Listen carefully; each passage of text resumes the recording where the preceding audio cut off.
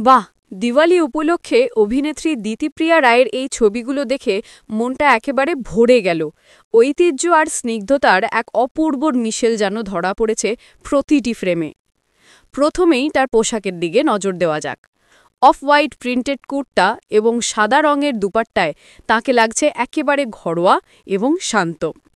Makeup প্রায় নেই বললেই চলে, যা তার স্বাভাবিক সৌন্দর্যকে আরও বেশি করে ফুটিয়ে তুলেছে।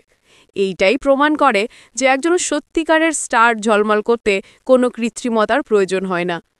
দিয়া বা প্রদীপের আলোয় দিতিপ্রিয়ার হাসি মুখ, সে প্রথম ছবিতে প্লেট ভর্তি দিয়া হাতেই হোক অথবা শেষ ছবিতে একটি মাত্র ছোট্ট মোমবাতি হাতে, প্রতিটি মুহূর্তে যেন আলোর উৎসবের পবিত্রতাকে বহন করছে। আর সবচেয়ে মিষ্টি অংশ হল তার পৈশবের সাথে কাটানো মুহূর্তগুলি। একদিকে যেমন দেখা যাচ্ছে আদরের বিগল কুকুরকে, তেমনি অন্য একটি ছবিতে কোলে রয়েছে একটি মিষ্টি সাদা বিড়াল।